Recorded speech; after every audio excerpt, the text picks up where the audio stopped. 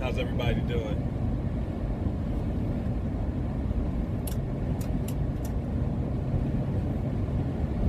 I am currently heading up to the Sequoia National Forest. I picked out several campsites so I can get a full experience. I'm about an hour away right now, so I've got some driving to do. I want to share a short story of my adventure over in Temple City, California, just beside Pasadena.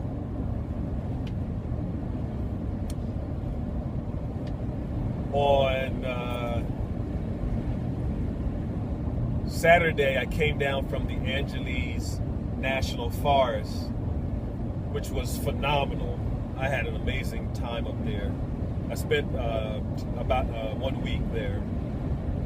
The views were incredible. I've shared those. If you haven't seen them, then please check my previous videos so you can get those views. Incredible. I'm gonna have to get me a DSLR at some point. But nonetheless, so I was really wanting some Vietnamese food, some vegan Vietnamese food. And I saw on the Google search that there was quite a bit of selections in Temple City, California. So I was excited. I drove down. It took me about an hour to get over there. And the first shop that I went to, I wasn't feeling the vibe at all. I was not feeling the vibe. I was just like, eh. Plus they were about to close in a half hour. So I decided to go to another place about 5 miles away. And that was absolutely the best choice I made. Shout out to veggie lovers. The Vietnamese food was woo! I ordered bún bò Huế, and I have to say this in Vietnamese, nong lam. Nong lam, that means delicious. Oh my God, this soup was full. Packed with good fresh vegetables. And the funny thing about it is I'm smelling flavors from the other people that were sitting outside. And I'm like, what is that? What is this? What is that? Oh my God. So I had a really great conversation with two of the customers that were there. And I was watching their food come, and they were having a feast. So I noticed that the Vietnamese woman that was serving them they were exchanging language, but I didn't hear Vietnamese. I was hearing,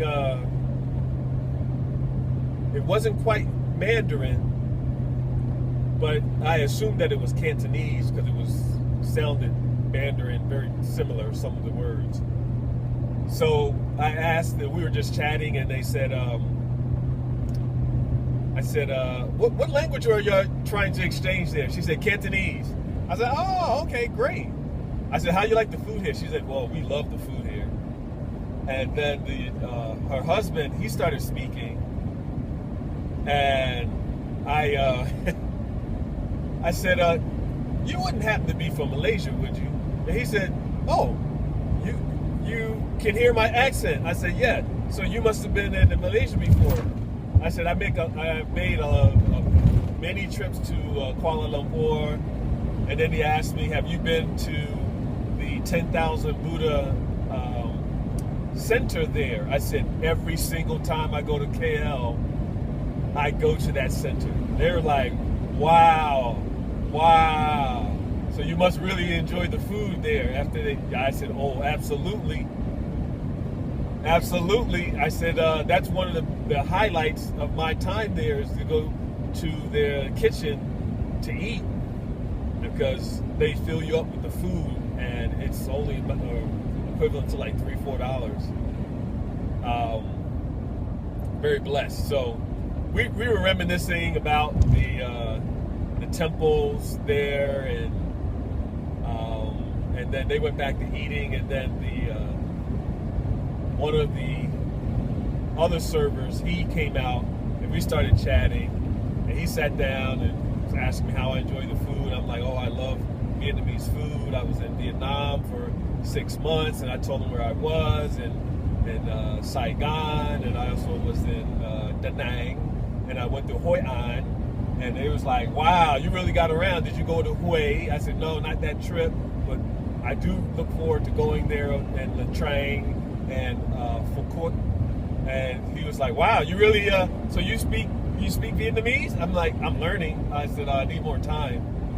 He said, wow, yeah, Vietnam is, he's going to go back after, when he retires, and live well. And so we had a great conversation. I was out there for nearly 2 hours, and for some reason, I wanted to order something else because I was just blown away with the food. But for some reason, I couldn't figure out what I wanted. But I knew that I wasn't supposed to leave yet. You ever been somewhere and it's just not right time? It's not the right time to leave. Well, as they were closing, I did order another dish that was mind-blowing.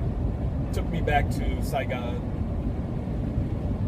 I was chatting with the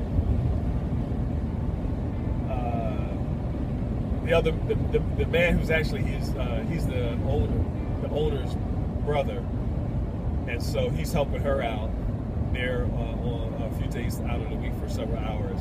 So anyway,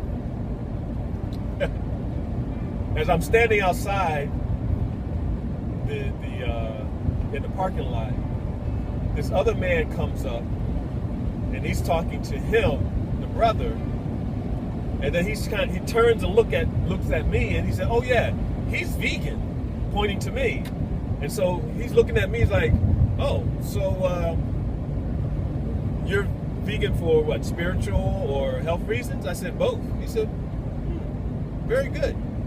So this other person is there that came up. He's in a U.S. Postal Service uniform. So he and I started engaging in a very in-depth, profound conversation. So he asked me I told him that I don't live here, I'm traveling. He said, "What's your destination?" I said, "Well, I don't have a particular destination."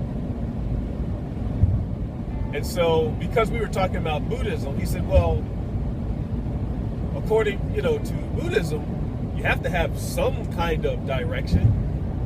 I said, "Oh yeah, I have a direction and I have intention. I'm just not planning a destination. I'm allowing myself to go with the flow to have these kinds of experiences." He said, "Oh." So he started talking about some of his experience, and he revealed to me that he's a layman Buddhist practitioner. But then later on, as we were discussing some more, he said he's been on retreats. So when he said that, I said, "Oh, so you're a monk?" He said, "Well, yes, I'm like a layman monk. I'm working, I'm still working. I'm not established inside a temple for every day. So I have family." I said, "Oh, wow, this is great." So we talked for about another hour, and I was like, maybe you should go because you probably have to take your food home. And he said, yeah. So he said, "So what are you doing now?" I said, "Well, I'm going to eat some of this food here, and then I'm going to probably stick around. Probably I'll come back here tomorrow." He said, "So maybe we can have some tea at my house. I live very close here, just over this way.